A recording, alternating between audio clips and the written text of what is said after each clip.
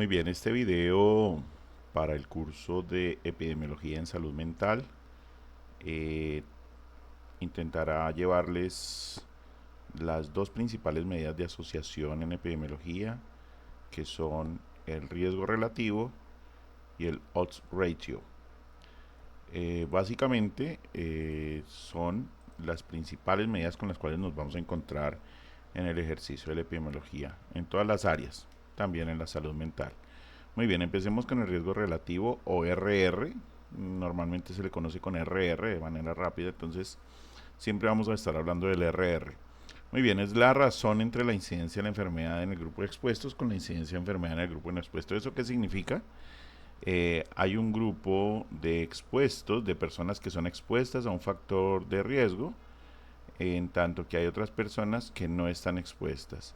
Aún así, se mide la incidencia de la enfermedad, o sea, el desenlace, en unos y otros y se compara. Se compara a través de una razón que, como ya sabemos, una razón es un cociente en el cual el numerador no está incluido en el denominador. Entonces estamos hablando de dos cifras o de dos valores que son independientes. Básicamente, en términos generales, indica cuánta es la probabilidad que tienen las personas expuestas de contraer o desarrollar una enfermedad frente a la probabilidad que tendrían los no expuestos. Eh, um, para poder interpretar es importante que tengamos en cuenta que, insisto, es una razón, es decir, es un cociente. Por ser un cociente, entonces nos recuerda que en la división el uno es el que representa la igualdad. En las restas el cero representa la igualdad, pero en los cocientes es el uno. Eso significa que cuando el valor que está en el numerador es igual al valor que está en el denominador, el resultado va a ser uno. En este sentido, como estamos hablando de que hay una incidencia en expuestos en el numerador y una incidencia en no expuestos en el denominador, si el resultado de ese cociente nos diera 1, lo que estamos diciendo es que básicamente se enferman por igual los expuestos y los no expuestos, llevando entonces a la conclusión de que no existe una relación entre el factor de exposición y el desenlace o la enfermedad. En ese sentido, siempre tendremos que estar muy pendientes del resultado de la operación, y si nos da 1 o cerca de 1, pues tendremos que sospechar que no existe una relación entre la exposición y la enfermedad, ya que el 1 lo que significa es que, pues, insisto, se enferman igual los expuestos como los no expuestos. Ahora bien, si el valor, el resultado del RR es mayor a 1, lo que estamos diciendo es que entonces los expuestos se han enfermado más, o sea, la incidencia en los expuestos ha sido mayor que la incidencia en los no expuestos. Eso indicaría entonces que efectivamente sí hay una relación, y esa relación diríamos que es positiva, es decir, que a mayor exposición, mayor enfermedad. De otro lado, si el resultado llegaría a ser menor que 1, entonces estaríamos diciendo que se enferman más los que no estuvieron expuestos, mientras que los que sí estuvieron expuestos al factor se enfermaron menos, y así entonces tendríamos que concluir que de lo que se trata es de un factor protector en lugar de un factor de riesgo. Así que si el valor es menor a 1, ya estaríamos sospechando de que se trata o sea, el factor de exposición sería de protección más que de riesgo de enfermar. Muy bien. Pero de todos modos los valores en sí, los valores en seco, no nos permitirían tomar una conclusión, hacer una decisión, digamos, estadística, sino que tenemos que valernos de de alguna otra información para poder tomar estas decisiones. Lo que suele hacerse para el caso del RR y el OR es utilizar los intervalos de confianza. Los intervalos de confianza, que en este caso no los vamos a calcular a mano, sino que utilizaremos ahorita una calculadora epidemiológica. Básicamente los intervalos de confianza lo que nos está diciendo es, existe un límite inferior, que aquí se denota con un LI, un límite inferior, y un límite superior, que aquí se denota con LS, límite superior, Entonces, cuando obtenemos el intervalo de confianza, que son básicamente dos valores, el límite inferior y el límite superior, lo que nos está diciendo con alguna cantidad de certeza, en este caso lo que suele utilizarse es el 95% de confianza o de certeza. Entonces nosotros podemos asegurar con ese porcentaje de confianza, o sea, con el 95% de confianza, que los valores están entre el límite inferior y el límite superior. Es decir, podemos obtener un valor, como en este caso en la pantalla, de 1.8 en nuestro RR, pero el intervalo de confianza en realidad nos dice que con un 95% de confianza, los valores o los resultados, el resultado de esa operación podría estar entre 0,6 y 2,9, entre el límite inferior y el límite superior. ¿Qué problema vemos aquí? Que como todos esos son valores posibles, es decir, el valor perfectamente pudo haber sido 0,6, 0,7, 0,8, 0,9, 1, 1,1, 1,2, hasta 2,9, todos esos son valores posibles con un 95% de confianza. Entonces vemos que uno de los valores posibles es el 1, ¿cierto? O sea, el 1 está dentro de esas posibilidades de los valores, de los posibles resultados. En ese sentido, si el 1 está incluido ahí, pues lo que tendremos que decir es que, hombre, pudo haber sido una relación nula entre la exposición y la enfermedad, y por lo tanto entonces tendríamos que decir que esta relación, que este resultado no es significativo estadísticamente hablando. Así que si el intervalo de confianza contiene el 1, tendremos que concluir que no hay una relación, porque el 1 fue un valor posible dentro del resultado, dentro de los posibles resultados, y entonces así tendríamos que concluir que no lo es.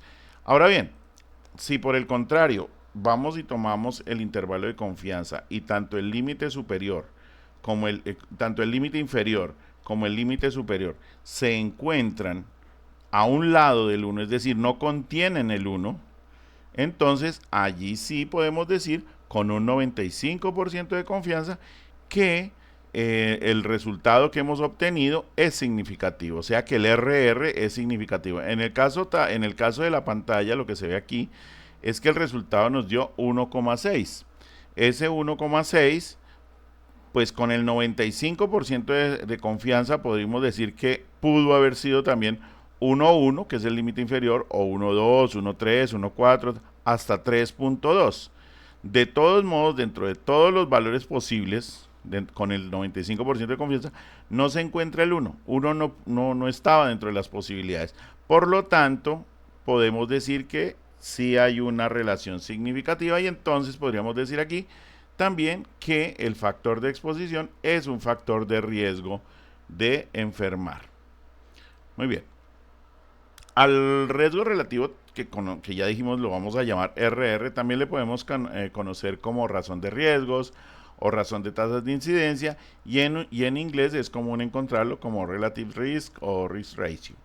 Básicamente suele utilizarse esta operación, este cálculo, cuando hemos obtenido los datos a partir de estudios de cohortes, aunque también es posible utilizarse en ensayos clínicos aleatorizados o los ECAs, dado que se puede determinar la aparición de casos nuevos, y ya sabemos que los casos nuevos corresponden a incidencia, que es lo que estamos calculando aquí. Recordemos que la fórmula del RR es incidencia en expuestos versus incidencia en no expuestos. Entonces, si podemos calcular la incidencia, entonces podremos utilizar la fórmula del RR o riesgo relativo.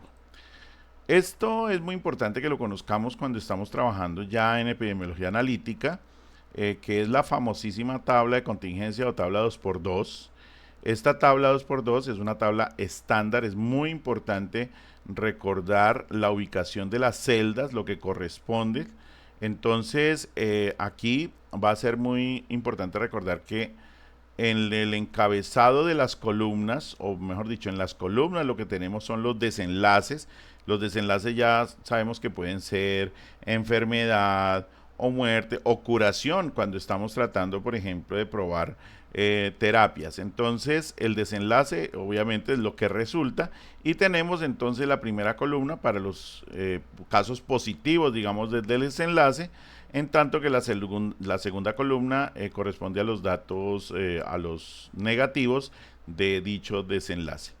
En cuanto a las filas, por aquí tenemos entonces la exposición, el factor de exposición. Entonces en la primera fila tendríamos los que sí estuvieron expuestos y en la fila que le sigue estaríamos los que no estuvieron expuestos.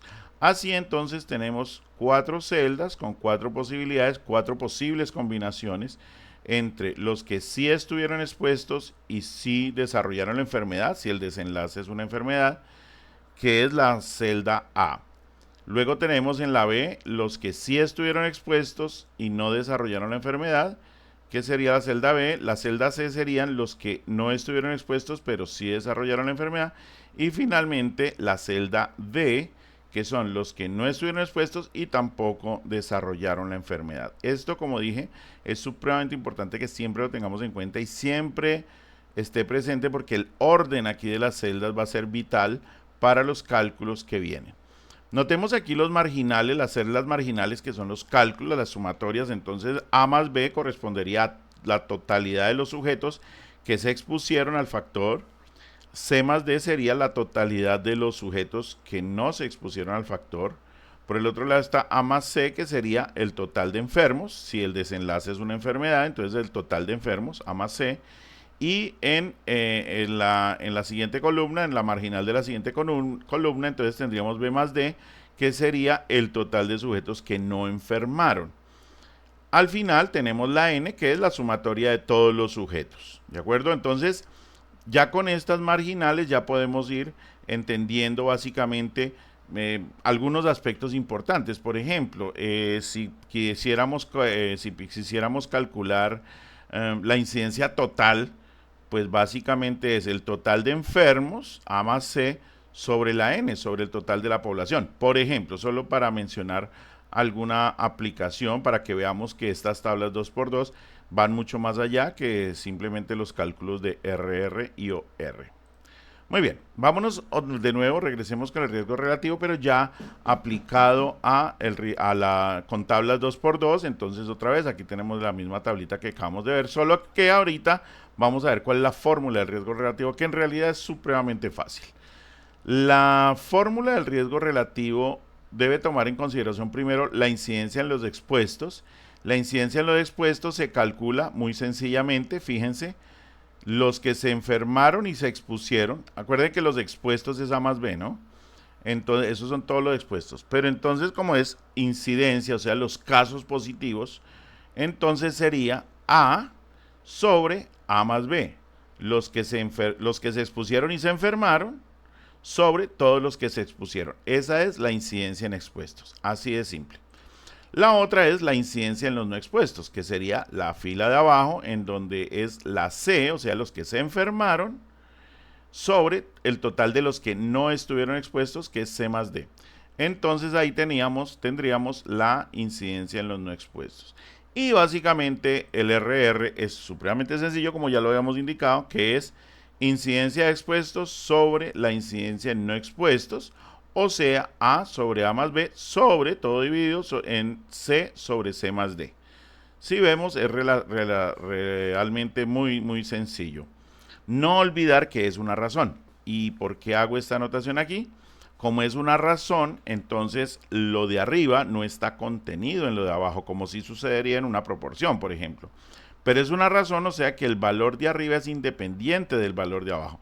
Y eso a la hora de la interpretación va a ser muy importante, porque de lo que estamos hablando principalmente es cuántas veces sucede lo de arriba, o sea, lo del numerador, por cada vez que ocurre lo de abajo. O dicho de otra manera, por una vez que ocurre lo del denominador, cuántas veces ocurre lo de arriba, o sea, lo del numerador. Ya en ejemplos lo vamos a entender mucho mejor. Muy bien, aquí ya entramos con ejemplos. Entonces este ejemplo, los datos son arbitrarios, son inventados, así que por favor no tomen tan en serio el resultado, pero sí es para que lo podamos entender mucho mejor.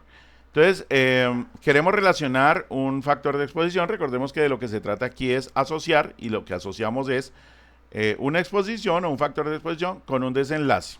A veces es la enfermedad, por ejemplo. Entonces, aquí, ¿qué estamos haciendo? Estamos relacionando la influencia del consumo de tabaco en la supervivencia, calculada a un año, después de un infarto agudo del miocardio en 156 fumadores, pues que han padecido un infarto agudo del miocardio. O sea, lo que estamos diciendo es que 156 personas que sufrieron infarto agudo del miocardio, se les hizo el seguimiento por un año y se miró quiénes murieron y quiénes permanecieron vivos. Básicamente eso es.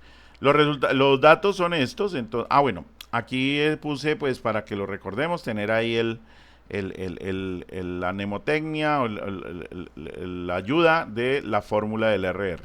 Entonces aquí tenemos los datos. Tenemos entonces 27, ya sabemos que son 156 fumadores, esa es la N. Pero dentro de esos 156 fumadores tenemos que 27 siguieron fumando y se murieron a lo largo en el transcurso de un año. 48 siguieron fumando pero no murieron. Pero también tenemos aquí los que no siguieron fumando después del infarto, pero se murieron, 14. Y 67 que no siguieron fumando pero tampoco murieron. ¿De acuerdo? Muy bien, entonces aquí vamos a mirar unos marginales. Entonces el total de los expuestos son 75, el total de los no expuestos es 81, el total de los muertos al año es de 41 y el total de los que permanecieron vivos fueron de 115. Muy bien, calculando ya, entonces fíjense que aquí vamos a tener 27 sobre 75, que sería la incidencia en expuestos. Y en la incidencia en los no expuestos sería 14 sobre 81, o sea, C sobre C más D. Entonces, 14 sobre 81. Esto nos da 0.36, 0.17. Yo voy a traer una calculadora para que hagamos el cálculo todos. Entonces, vamos a ponerlo aquí. Y lo vamos a hacer, pero lo vamos a hacer con paréntesis, para que sea más fácil y más exacto. Entonces vamos a utilizar los paréntesis. Entonces, vamos a poner paréntesis, 27 dividido 75, cerramos paréntesis, dividimos, ahí nos dio 0.36, dividimos y volvemos a abrir paréntesis, 14 dividido en 81, cerramos paréntesis y le damos igual, entonces ahí nos da 2.08. ¿Por qué lo hice así? Porque seguramente si ustedes lo hacen, digamos, solamente escriben aquí 0.36 sin todas las aproximaciones, sin todas los demás decimales, de pronto no les dé exactamente 2.08 y se van a confundir. Entonces por eso traje la calculadora para ver que nos daba 2.08 cuando lo hacemos en su totalidad con la calculadora, por el tema de las aproximaciones y todos esos asuntos cuando uno pasa al papel. Entonces un consejo es utilizar la calculadora y utilizar los paréntesis, va a ser muy valioso. Muy bien, ahora viene el tema del intervalo de confianza. ¿Qué pasa? Como ya decíamos, el valor en sí, pues ya dijimos 2.08, ok, muy bien, es el doble, bueno, ya vamos a ir a la interpretación. Pero ya dijimos también que nosotros no podemos afirmar con total certeza que 2.08 sea ya el resultado final, digamos, de absoluto. Entonces tenemos que afirmarlo, pero con cierto grado de certeza, con algún nivel de confianza, que es el 95%, es lo que se acostumbra normalmente. ¿De dónde sacamos entonces los límites? Podríamos hacerlo a mano, pero realmente sería dispendioso, además porque ya hay calculadoras que nos ayudan con eso. Entonces, esta, por ejemplo, es una calculadora que se llama EpiTools o EpiToolbox. Y aquí entonces vamos a poder calcular. Primero podemos verificar que el resultado está bien. pero además nos va a arrojar los intervalos de confianza. Entonces lo primero es que debemos verificar aquí. Hay otro video por ahí donde les mostraba cómo utilizar esta calculadora. Entonces vamos a utilizar cortes porque es el tipo de estudio que nos interesa acá. Mantenemos el intervalo de confianza al 95%, que es lo usual, y vamos a poner aquí los datos. Entonces aquí ponemos 27. Siempre es muy importante tener en cuenta la posición de las celdas, porque si no entonces se nos va nos va a arrojar resultados que no corresponden. Listo. Entonces aquí verificamos las marginales y fíjense que coinciden, o sea que todo va bien.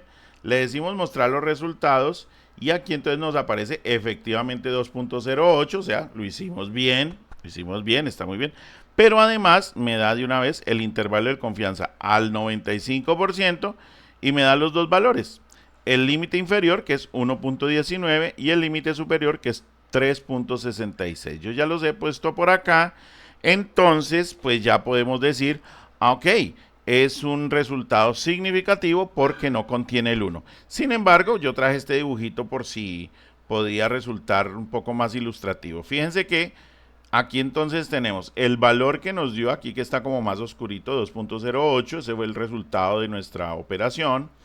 Y el intervalo de confianza tiene el límite inferior, que es 1.19, y el límite superior, que es 3.66. Si notamos, el 1 está por acá, o sea, el intervalo no contiene el 1, por lo tanto podemos tener más tranquilidad y podemos entonces decir que efectivamente el resultado sí es significativo. Estadísticamente es significativo. El valor de RR de 2.08 es significativo de acuerdo con el intervalo de confianza al 95%. Muy bien. ¿Y cómo podríamos interpretar entonces este resultado? Podríamos decirlo de esta manera. Las personas que continuaron fumando después de un infarto agudo al miocardio presentaron más del doble de riesgo de morir durante el siguiente año. ¿Por qué más del doble? Si hubiera sido 1, ya dijimos, si fuera 1 significa que la incidencia de expuestos, o sea, los que siguieron fumando, o sea, los que se hubieran muerto porque siguieron fumando, que estuvieron asociados a que siguieron fumando, sería igual a la incidencia de los que se murieron y que no siguieron fumando. Si eso fuera igual, entonces nos hubiera dado 1, ¿de acuerdo? Pero no nos dio 1, nos dio 2, o sea, nos dio el doble. Bueno, nos dio un poquito más de 2.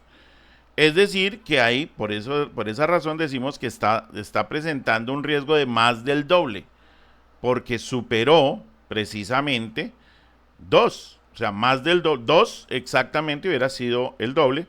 2.08 es un poquito más del doble de riesgo de morir durante el siguiente año. Así entonces se interpretaría este RR. Miremos otro ejemplo.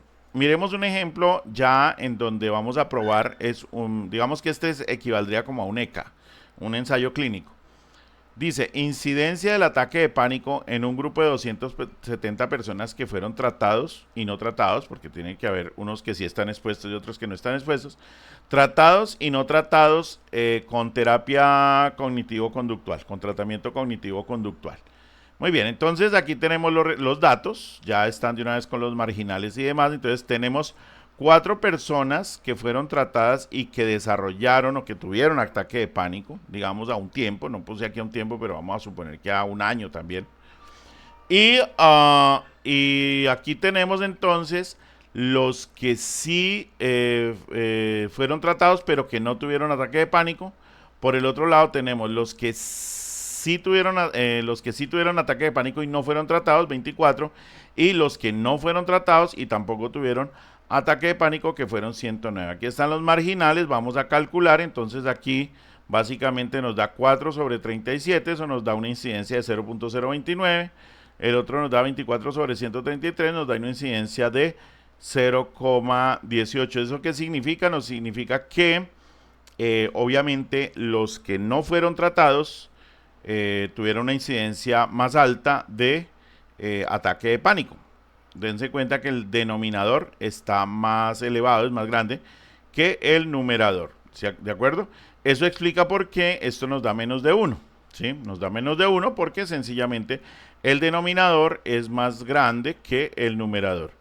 Ya eso nos indicaría, por ejemplo, que es un factor protector, lo cual es de esperarse. Claro, si yo trato a las personas con un tratamiento, con una terapia, pues lo que yo supondría es que los protege frente al trastorno, que es el ataque de pánico. Entonces nos da 0,16.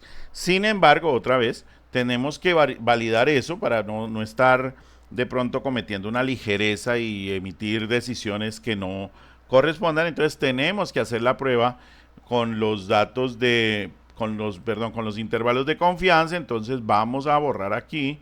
Vamos a buscar aquí, ya no es una, si es una cohorte, podemos utilizar la misma. Vamos a llenar los datos aquí, entonces le decimos 4 y aquí vamos a poner 133, aquí vamos a poner 24 y aquí vamos a poner 109. Muy bien, miramos resultados, nos da lo mismo, perfecto, mostramos aquí los resultados, efectivamente nos da 0,16, o sea, lo hicimos bien, felicitaciones. Y el intervalo de confianza está entre 0,06 y 0,45. Vamos a ver aquí 0,06 y 0,45. Hacemos otra vez la grafiquita y vemos como el 1 está por aquí lejos. El 1 está pero a la derecha. O sea, el 1 está por acá. Nuestro intervalo de confianza está entre 0,06 y 0,45. Nuestro valor es 0,16.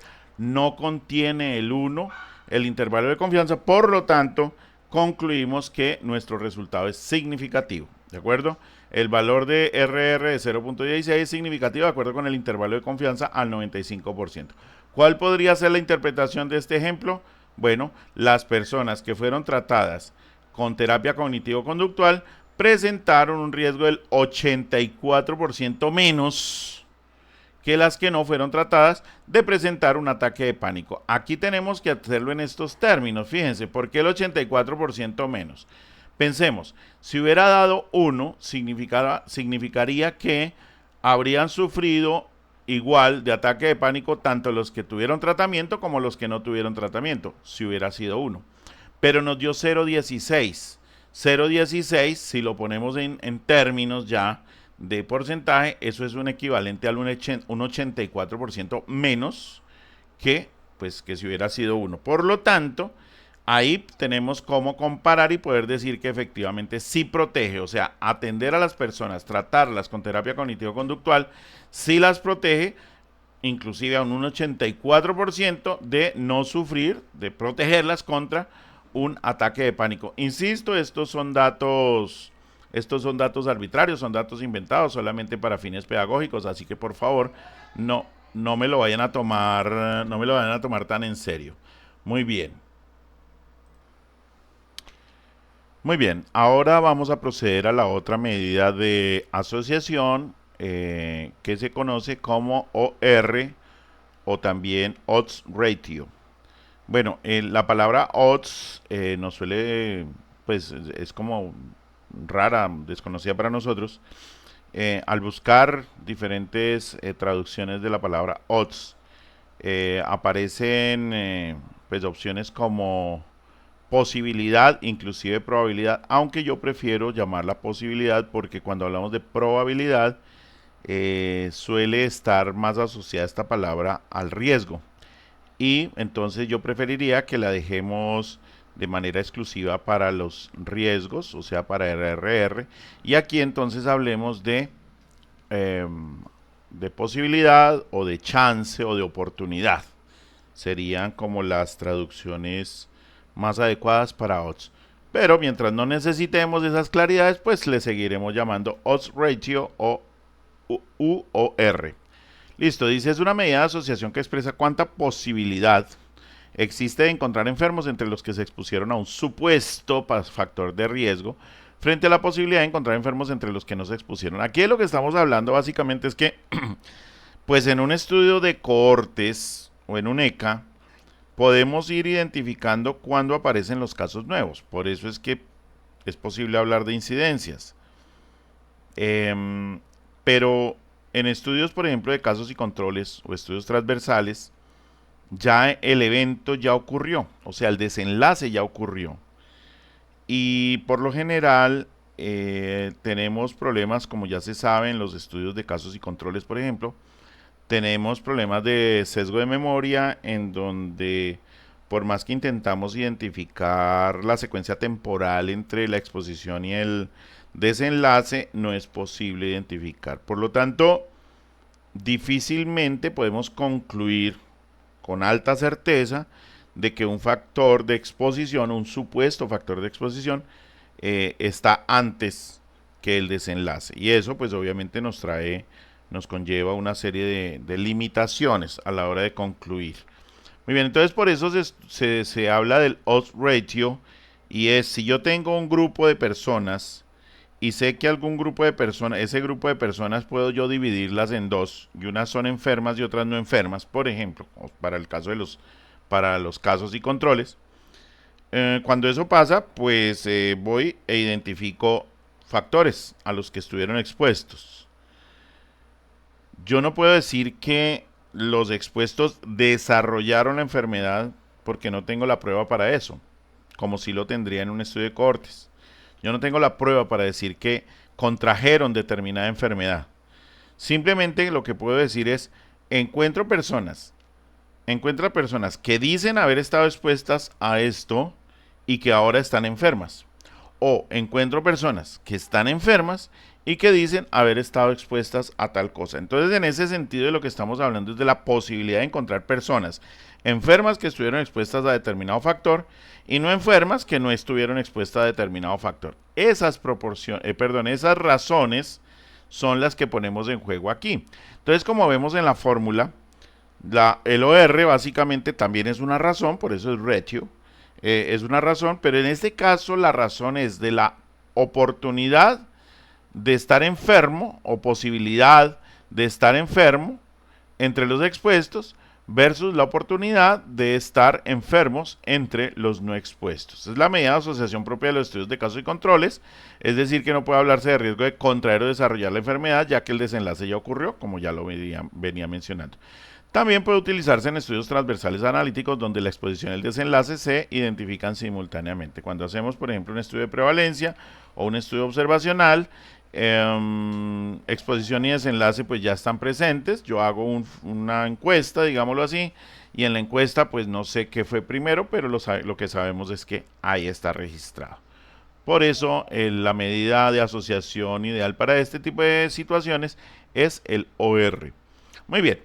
Aquí tenemos gráficamente más o menos de qué se trata. Entonces tenemos la odds de enfermedad en expuestos sería A dividido en B. Fíjense que aquí no hay marginales. Aquí solamente en esta tabla 2×2 no pusimos las marginales porque en realidad para el cálculo del OR no necesitamos las marginales como si la necesitábamos en el RR, por lo menos las marginales de la exposición.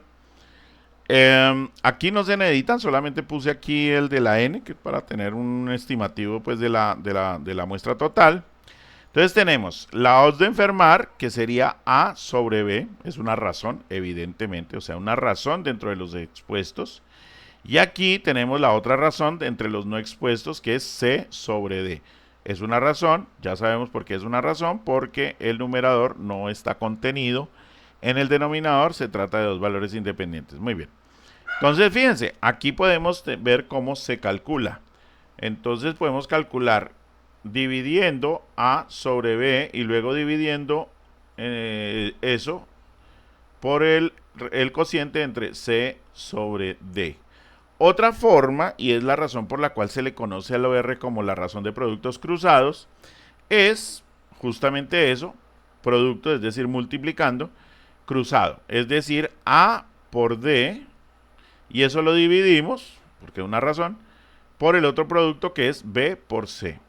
Si ustedes se dan cuenta, A por D es lo que podríamos llamar las celdas congruentes, es decir, los que sí se expusieron y sí se enfermaron, y los que no se expusieron y no se enfermaron. O sea que A y D son lo que llamaríamos las celdas congruentes.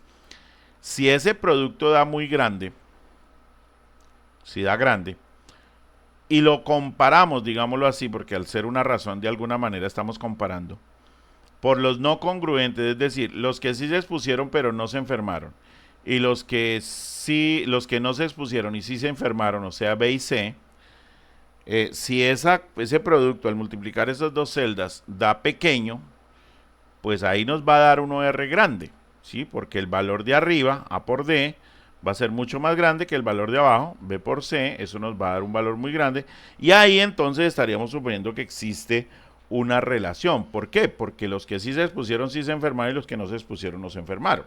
Así de sencillo, es como muy lógico. Bueno, pues eso es lo que se trata de probar aquí. Miremos entonces con un ejemplo. Esto, igual como en el anterior caso, se trata de un ejemplo con datos arbitrarios, son inventados, así que por favor no me lo tomen tan en serio los resultados. Pero pusimos aquí uso excesivo del celular, lo cual vamos a considerar como la exposición, el factor de exposición, y TAB, un trastorno afectivo bipolar. O sea, tener TAB y uso excesivo del celular. Tenemos aquí los resultados, entonces tenemos 26 personas que desarrollan o que tienen TAB, que manifiestan tener TAB, que serían los casos. Fíjense que aquí 26 más 1, o sea, lo que si tuviéramos marginales, si calculáramos marginales, diríamos 27 son los casos y 140 serían los controles, ¿cierto? Porque son el desenlace que es trastorno afectivo bipolar positivo, o sea, sí son los casos y no serían los controles. Pero bueno, ese no nos interesa en este caso. Entonces tenemos 26 que sí desarrollaron TAB y estuvieron expuestos al uso excesivo del celular. 53 que también usaron excesivamente el celular pero no desarrollan TAB. Uno que no usaba excesivamente el celular pero sí desarrolló TAB. Y 87 que no usaron excesivamente el celular y no desarrolló TAB. Hay una muestra total de 167 sujetos.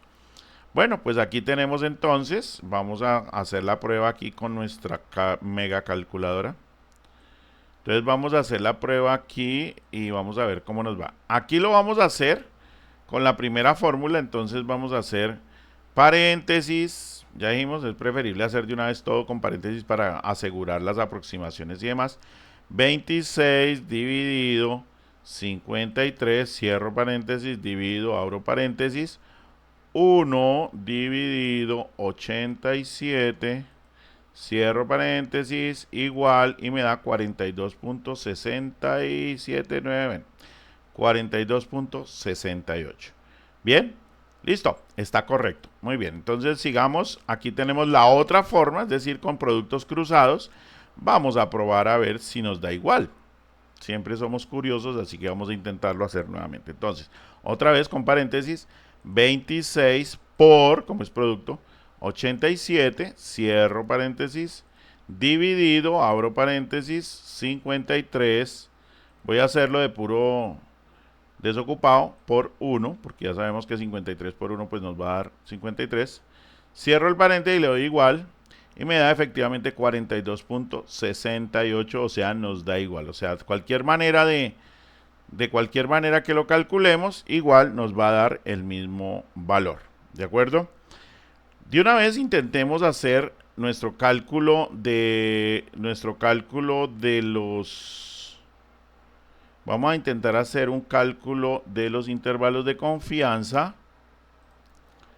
Muy bien, entonces para calcular los intervalos de confianza, volvemos a nuestra calculadora epidemiológica.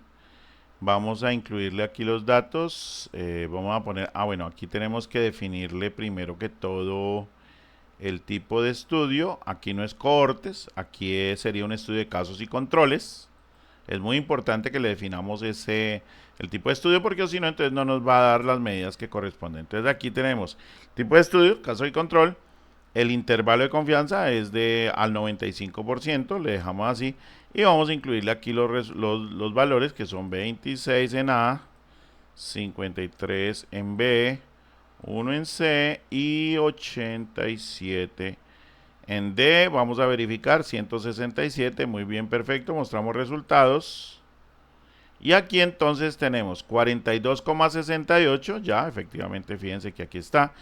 Y el límite inferior es 5,63 y el límite superior es un impresionante 323.76. Está súper grande ese intervalo, pero definitivamente cumple con lo que nos interesa para tomar decisiones estadísticas, y es que no contenga el 1, o sea que dentro del intervalo no esté el 1, está obviamente muy por encima del 1 y entonces podemos decir que efectivamente es un valor significativo, estadísticamente significativo. La significancia se lee igual. Si contiene el 1, entonces no es significativo. Si no lo contiene, entonces sí es significativo.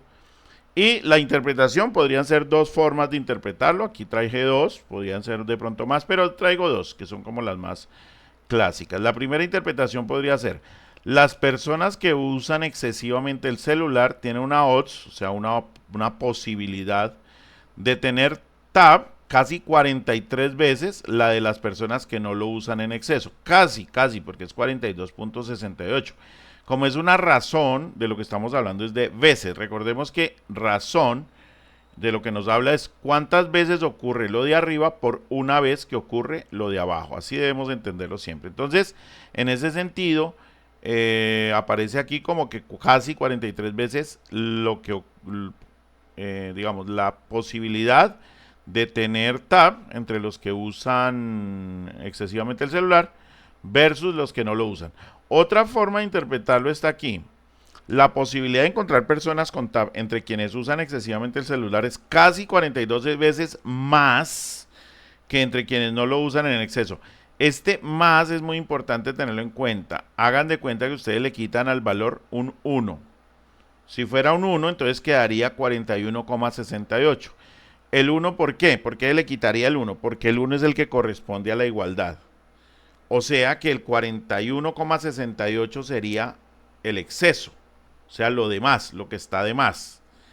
Así podríamos decir que es casi 42 veces más o 41,68 veces más entre quienes no lo usan, o sea, más la posibilidad de tener tab versus los que no lo usan versus los que no usan el celular en exceso.